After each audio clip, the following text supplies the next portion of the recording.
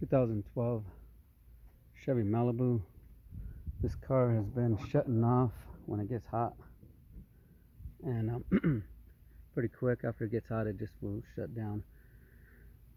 And I've looked and searched and researched and I couldn't find anything on this, but I found something pretty important.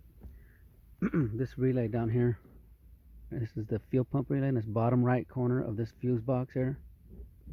This pops right off of here.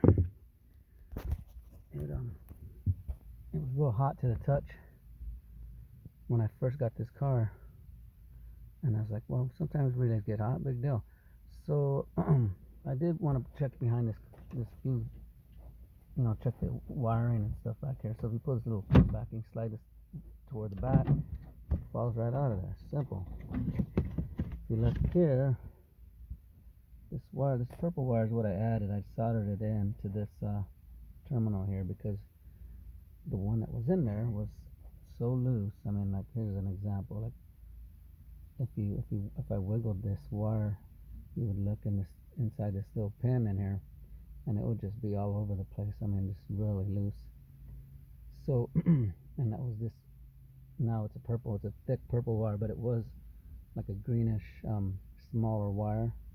I just went in with a bigger setup just in case it wants to try to get hot again due to bimetal bending and whatnot. So if you take these screws off here, these plugs will come unplugged from the front fuse box, and then there's a method of taking these pins out of here properly with a pin type clip thing that you have to have the right tool to do this, because you can damage the little plastic tabs in there, and that thing ain't gonna want to hold in there very good. So make sure you get the right pin type. Once you get this loose, the pin goes from the other side, goes from under here this way, and it goes into and it kind of blocks a little position, and you're able to pull that plug right out of there.